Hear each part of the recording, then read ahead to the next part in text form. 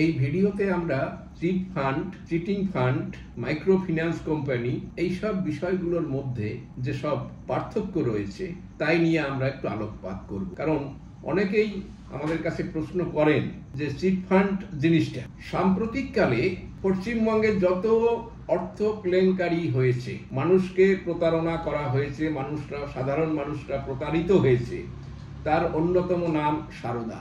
কিন্তু শুধু সারদা না, সমগ্র দেশে এরকম অজস্র কোম্পানি মানুষের কাছ থেকে টাকা নিয়ে অল্প সময়ের মধ্যে সুদ বাবদ প্রচুর টাকা দেবে এই লোভ দেখিয়ে তারা প্রচুর পরিমাণে টাকা তুলেছে। প্রথম পর্যায়ে কাউকে সামান্য কিছু ফেরত দিলেও শেষের দিকে আর এইসব টাকা পয়সা তারা ফেরত দিতে পারেনি, কারণ মালিক পক্ষ তারা সমস্ত টাকাকে আত্মসাৎ করে তারা আত্মগোপন করার চেষ্টা করেছে বা কখনো কখনো ধরা টরা পড়ে কিছুদিন জেল জরিমানার শিকার হয়েছে। তাহলে প্রথমে আমরা শুরু করি যে এই যে কোম্পানিগুলো, অর্থাৎ যারা এই অপকর্মের দায়ে সিবিআই ইনকোয়ারির আন্ডারে এসেছিল, সেরকম উড়িষ্যা, পশ্চিমবঙ্গ এবং অন্যান্য জায়গায় আমরা নাম পাচ্ছি 44টা কোম্পানি যারা সিবিআই ইনকোয়ারি করেছে। তার মধ্যে পশ্চিমবঙ্গের মেজর যে কোম্পানিগুলো তার আমরা একটু নাম উল্লেখ করি। সেটা হলো Prayag group company, Rose Valley, silicon project, উড়িষ্যাতে রয়েছে Arthatattva group, Sea Shore group, of course পশ্চিমবঙ্গের সবচাইতে বড় নাম হচ্ছে সারদা। তারও আগে সাহারা, সেখানেও ইনভেস্ট করে লোকেরা প্রতারিত হয়েছে। তার জন্য আমরা জানি সেই প্রতারণা এবং আইন ভঙ্গ নানান অপরাধের কারণে তার যে মালিক যিনি ছিলেন সুব্রত রায় দীর্ঘদিন জেল খেটেছেন এবং তিনি পরে মারাও গেছেন। তাহলে এই কোম্পানিগুলো অ্যাকচুয়ালি কি চিট ফান্ড? কারণ চিট ফান্ড সম্পর্কে বললে 1982-এ একটা আইন পাস করা হয়েছিল, চিট ফান্ড অ্যাক্ট। তারা ইন্ডিয়াতে অপারেট করত। সেই চিটের বানানটা খেয়াল রাখবেন, CHIT, chit fund. Chit fund, chit শব্দটি হিন্দির শব্দ, তার ইংরেজি করা হয়েছে।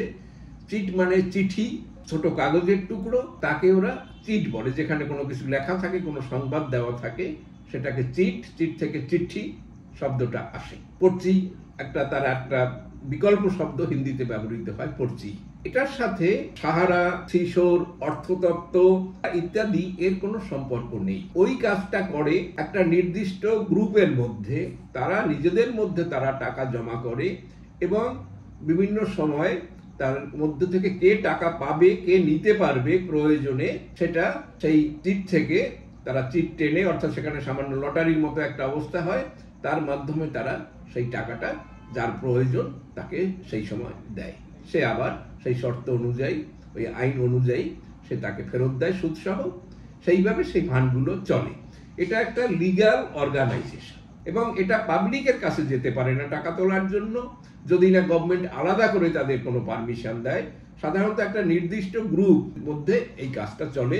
উত্তর ভারতে ব্যবসায়ী মহলে এটা খুবই চালু একটা ব্যাপার। কিন্তু এই যে আমাদের সাহারা, সিশোর, অর্থতত্ত্ব, রোজ ভ্যালি, প্রয়াগ, সিলিকন প্রজেক্ট, আস্থা, মানে নাম শুনলে বোঝা যাবে যে মানুষের বিশ্বাস অর্জন করার জন্য যতটা কৌশল অবলম্বন করা যায় তা এরা করেছে।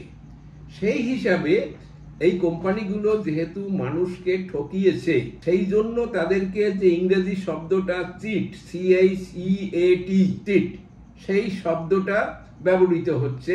চিটিং করা, মানুষকে ঠকানো, ধাপ্পাবাজি দেওয়া, এইভাবে মানুষের কাছ থেকে টাকা নেওয়া, অর্থাৎ মানুষ চিট ফান্ড এবং এই চিটিং ফান্ড দুটোকে জড়িয়ে ফেলেছে। এগুলো আসলে micro finance company. Micro finance হিসাবে এরা সাধারণত মানুষের কাছ থেকে টাকা তুলে তা কোনো ব্যবসা বাণিজ্যের কাজে খাটায় এবং খাটিয়ে তারা সেখান থেকে মানুষকে তার মূলের সাথে সুদসহ ফেরত, অর্থাৎ এই শর্তে এদেরকে অপারেট করার পারমিশন দেয়া হয়। কিন্তু একবার পারমিশন পেয়ে গেলেও তারা হঠাৎ করে লোভী হয়ে ওঠে এবং মানুষকে নানানভাবে ভুল বুঝিয়ে, অধিকাংশ ক্ষেত্রে সাধারণ মানুষ যারা কায়িক শ্রমে অর্থ উপার্জন করে, এমনকি দেখা গেছে মানুষের বাড়িতে কাজ করে মেয়ে, ডোমেস্টিক হেল্প, তাদের টাকা পয়সাও তুলেছে এবং লোভের বশবর্তী হয়ে একটু উঁচু গ্রেডের যারা লোক, অর্থাৎ কিছু পড়াশোনা জানে, সরকারি চাকরি বাকরিও করেন, তারাও দেখা গেছে যে এর পিছনে বেশ ইনভেস্ট করেছে। কারণ কি, যে ওই সময় ব্যাংকগুলো হঠাৎ করে প্রচুর পরিমাণে সুদের হার কমিয়ে দিয়েছিল। আরো 14% যেখানে সুদ ছিল বিনিয়োগে ব্যাংকে টাকা রাখার ফলে, সেই সুদকে কমাতে কমাতে 3-4% নিয়ে এসেছে। তখন সাধারণ মানুষের উপায় কোথায়? যারা সুদের উপরে নির্ভর করে, রিটায়ারমেন্টের পরে যে টাকা পেয়েছে, যাদের পেনশন নেই, তারা ওই সুদ নির্ভর যাদের জীবন, তারা বাধ্য হয়ে একটু বেশি টাকা কোথায় পাওয়া যাবে, বেশি সুদ কোথায় পাওয়া যাবে সেদিকে ছুটেছেন। অর্থাৎ এই চিটফান্ডগুলো রমরমার জন্য দায় কিন্তু সরকারও এড়াতে পারে না। শুধু যারা বিনিয়োগকারী এবং যারা টাকা সংগ্রহ করেছে, টাকা সংগ্রহ করার জন্য তাদের মধ্যে আবার নানা স্তরের এজেন্ট সিস্টেম আছে, যারা এক ধরনের দালাল হিসাবেও কাজ করে। এবং আমরা দেখেছি সিবিআই ইনকোয়ারির সময় উঁচু পর্যায়ের রাজনৈতিক নেতা, সিনেমার অভিনেতা অভিনেত্রী এবং নামী মডেলরাও, তারাও ওই ফান্ডগুলোকে প্রমোট করেছেন বিভিন্ন সময় বিভিন্নভাবে, এবং তার জন্য অনেক রাজনৈতিক নেতা কিছুদিনের জন্য শ্রীঘরেও সময় কাটিয়েছে। কিন্তু আলটিমেটলি কোনো কোনো ক্ষেত্রে সামান্য কিছু টাকা পয়সা সাধারণ মানুষরা ফেরত পেয়েছে, কিন্তু অধিকাংশ ক্ষেত্রেই তারা কিছুই ফেরত পায়নি। যদি কোনোদিন এর একটা সমাধান আসে, তখন দেখা যাবে অনেকের কাছেই তাদের সেই বিনিয়োগের কাগজপত্র তাও তাদের কাছে নেই। তাহলে এ হলো চিটিং ফান্ড, যেটা তাদের স্বরূপ। এবং আর এক ধরনের অর্গানাইজেশন আছে যারা এইভাবে পাবলিকের কাছে টাকা তোলে না, কিন্তু তারা পাবলিককে টাকা দেয়। তা হলো NBFC, non banking finance company. এরা বিভিন্ন সময় মানুষের কাছে, মানুষের প্রয়োজনে ছোট ছোট ঋণ দেয়, এবং সেগুলো সাপ্তাহিক বেসিসে বা মাসিক বেসিসে সেই টাকা তার সুদ সংগ্রহ করে, এবং তাদের যেটা মেয়াদ দেওয়া হয়, মেয়াদ শেষে তারা মূল টাকা সেখান থেকে আনে, আবার প্রয়োজনে তাদেরকে লোন দেয়। এর একটা প্রকৃষ্ট উদাহরণ ছিল আমাদের এখানে বন্ধন ব্যাংক। তো বন্ধন ব্যাংক এরা কিন্তু প্রথম পর্যায়ে পাবলিকের কাছ থেকে ডিপোজিট নিত না, কিন্তু ধীরে ধীরে ধীরে ধীরে তাদের ফান্ড ভালো হয়েছে, পাবলিক ট্রানজ্যাকশন ভালো হয়েছে। এই জন্য আরবিআই চাহিদা অনুযায়ী এদেরকে ব্যাংক হিসাবে অপারেট করার জন্য পারমিশন দিয়েছে।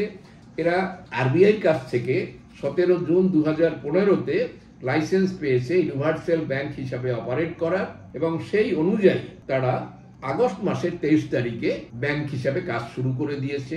তৎকালীন অর্থমন্ত্রী অরুণ জেটলি ইনঅগুরেট করেছিলেন, এবং এখনো খুব ভালোভাবে বন্ধন ব্যাংক অপারেট করছে, মানুষের আস্থা অর্জন করেছে, প্রচুর পরিমাণে ডিপোজিট এখানে হয়েছে, এবং সুন্দর অপারেশনের একটা নমুনা। এগুলোর সাথে চিটফান্ডের সাথে তুলনা করলে হবে না।